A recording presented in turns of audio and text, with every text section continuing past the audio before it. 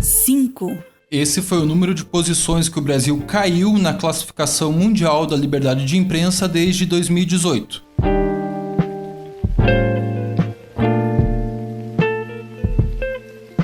Atualmente, o país ocupa a 107ª posição, de acordo com o ranking divulgado em abril pela ONG RSF, a Repórteres Sem Fronteiras, que analisou a situação de 180 países. O que significa dizer que estamos mais próximos da Coreia do Norte, a última colocada, do que da Noruega, a primeira.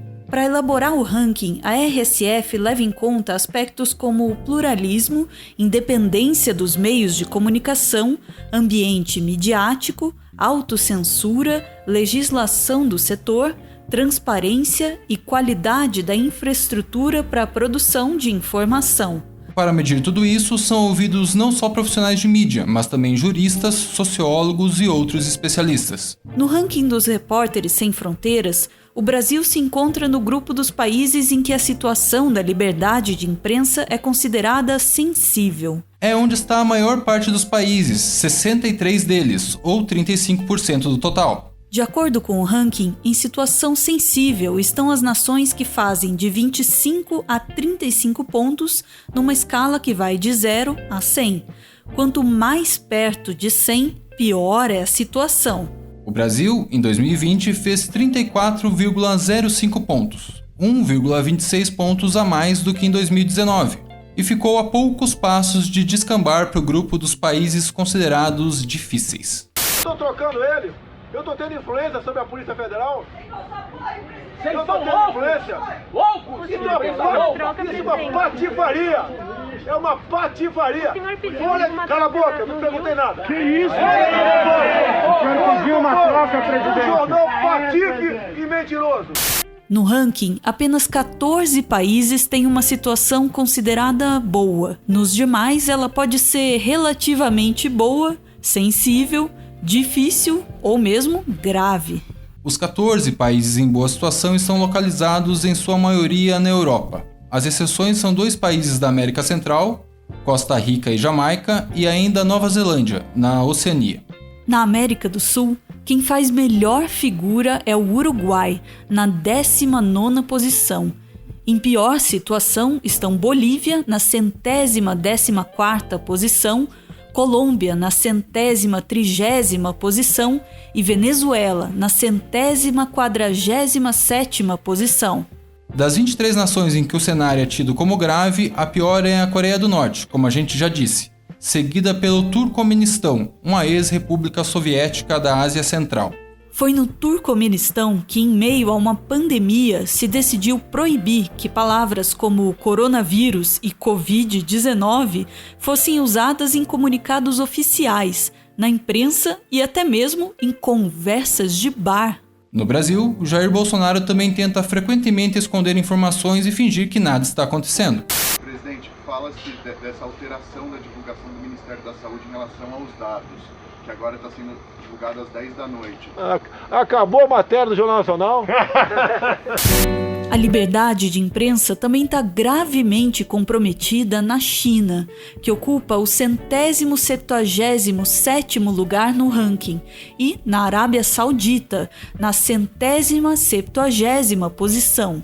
A Arábia Saudita é um reino dominado pela família Saud, que inclusive dá nome ao país. Foi dentro de um dos seus consulados, na Turquia, que em 2018 foi assassinado o jornalista Jamal Khashoggi, um crítico da família Saud que vivia exilado nos Estados Unidos. No ranking da liberdade de imprensa, os Repórteres Sem Fronteiras deixam claro que uma das principais causas do baixo desempenho do Brasil nos últimos anos é uma pessoa: o presidente Jair Messias Bolsonaro. O relatório diz: a eleição de Jair Bolsonaro em outubro de 2018, após uma campanha marcada por discursos de ódio, desinformação, violência contra jornalistas e desprezo pelos direitos humanos, marcou a abertura de um período especialmente sombrio para a democracia e a liberdade de imprensa. E tem mais.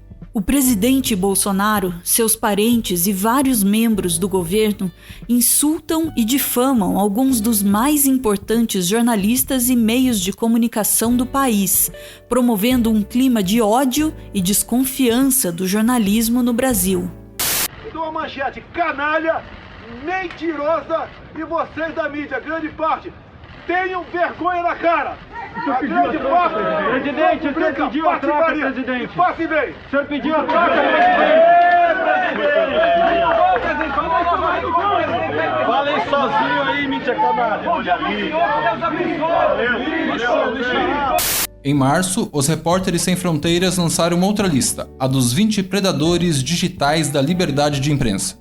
O Brasil tá nela também, na categoria perseguição. Ali, o gabinete do ódio, supostamente comandado por Carlos Bolsonaro, aparece ao lado dos milhões de trolls indianos do Partido Nacionalista Hindu, do primeiro-ministro Narendra Modi, dos perfis russos a serviço do Kremlin, das moscas eletrônicas do governo da Argélia e das gangues de trolls do México.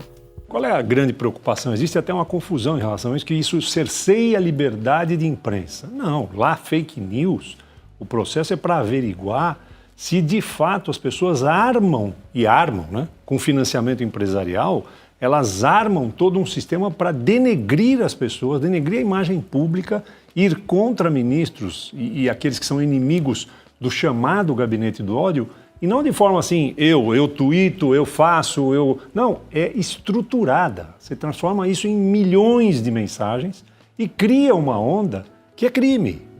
Um outro relatório, elaborado pelos Repórteres Sem Fronteiras, faz ainda um balanço dos jornalistas mortos e presos em 2019.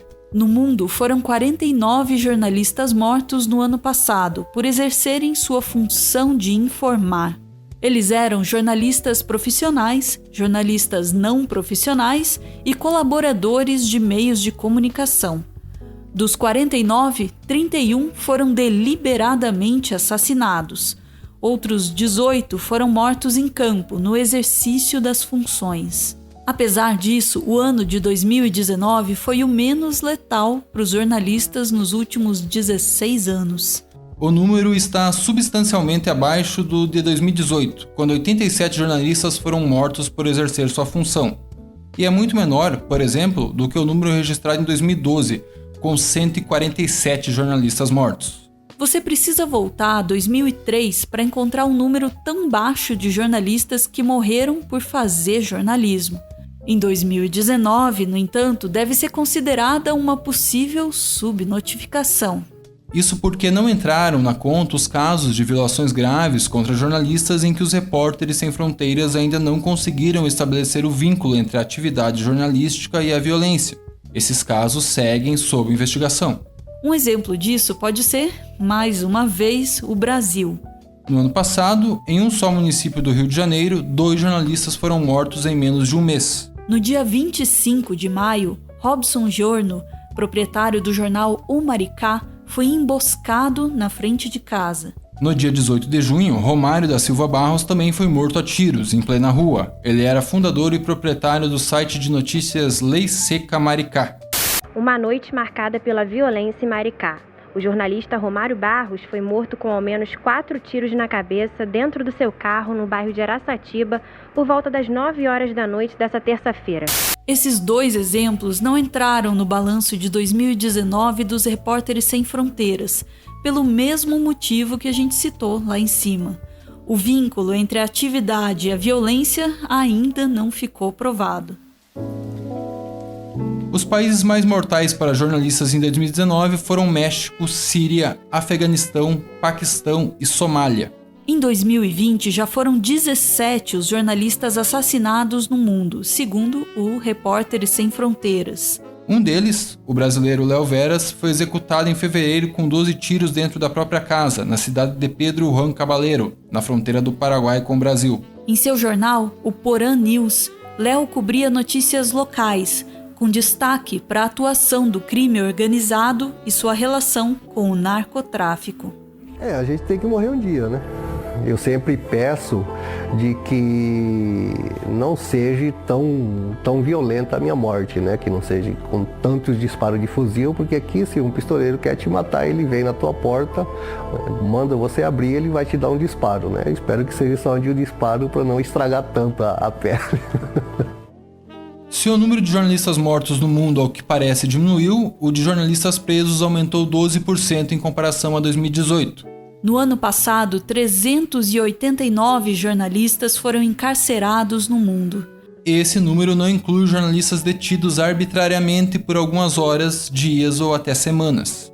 No mundo, 67% dos jornalistas estão encarcerados em apenas 6 países: China, Egito, Arábia Saudita, Síria, Turquia e Vietnã.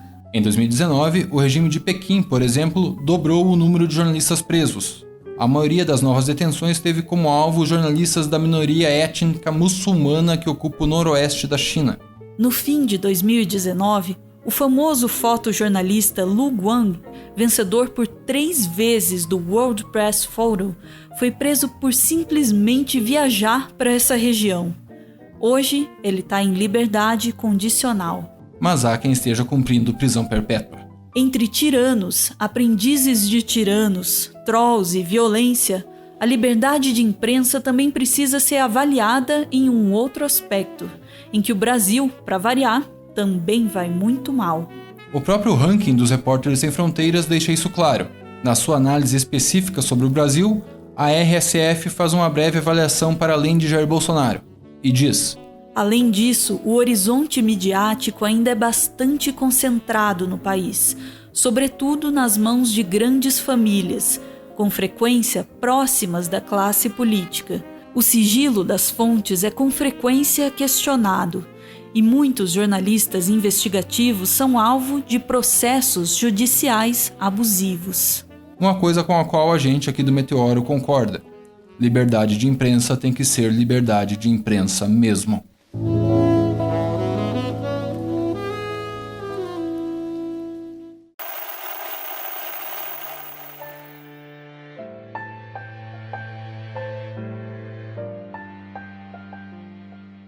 Muito obrigada por ver esse vídeo até o final. O Meteoro é mantido graças a uma campanha de financiamento coletivo. Quem participa ouve o nosso podcast exclusivo e aparece aqui no finalzinho, que é para receber o nosso agradecimento.